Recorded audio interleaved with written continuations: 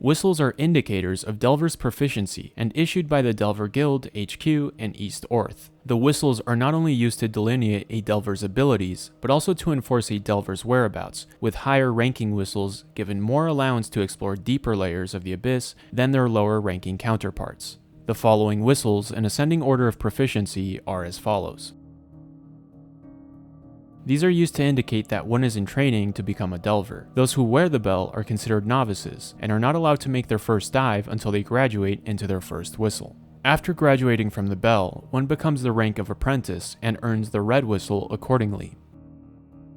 The red whistle permits the wearer to explore the upper half of the first layer, with the limit being 550 meters in depth. Red whistles are also guaranteed retrieval by a search party should they go missing or should they descend below the 550 meter limit. Once a red whistle is presumed to have crossed into the second layer, however, they are presumed dead and thus are no longer searched for. The next whistle is the blue whistle, which denotes a proficient Delver. Under normal circumstances, blue whistles are required to be at least 15 years old in addition to having graduated from the red whistle. This whistle legally allows the wearer to explore both the first level and the second levels of the Abyss. The following whistle is a purple whistle denoted as the moon whistle. The moon whistle is the lowest credential necessary for a Delver to become a licensed teacher, which is why the title of a moon whistle holder then is assistant instructor. Moon whistles are permitted to delve down to the fourth layer of the Abyss. After being nominated by a black whistle, a moon whistle holder can gain the rank of expert and as such receive a black whistle. Black whistles are permitted to delve down to the fifth layer of the Abyss, a level that marks the point of no return. The only whistle that outranks a black whistle is the white whistle, which is considered to be a second grade relic. More on that in Chapter 11, and cannot be created nor granted by the Delver Guild HQ.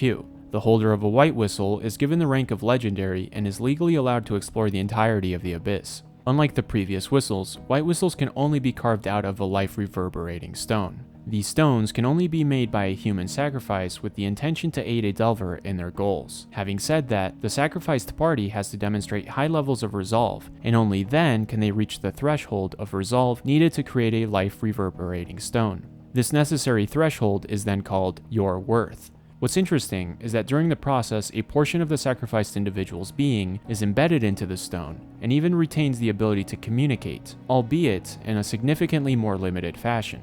Once the stone has been created, the holder gains the ability to awaken the properties of certain dormant relics by blowing into them and producing a sound.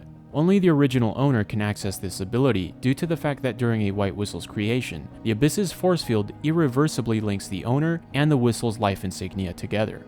Since white whistles also carry a human soul within them, whistle owners can communicate to the whistle, albeit in a vague and constrained fashion. One unknown variable about white whistles, however, is the fact that all life reverberating stones are shown to have been carved in order to properly become white whistles. The only whistle that has been shown to undergo this process was Rico's whistle, which was carved by a Narihate or hollow named Parion. What makes this specific example unusual is that this process was done in the 6th layer, thus meaning that the other white whistles seen throughout the series were carved in other locations.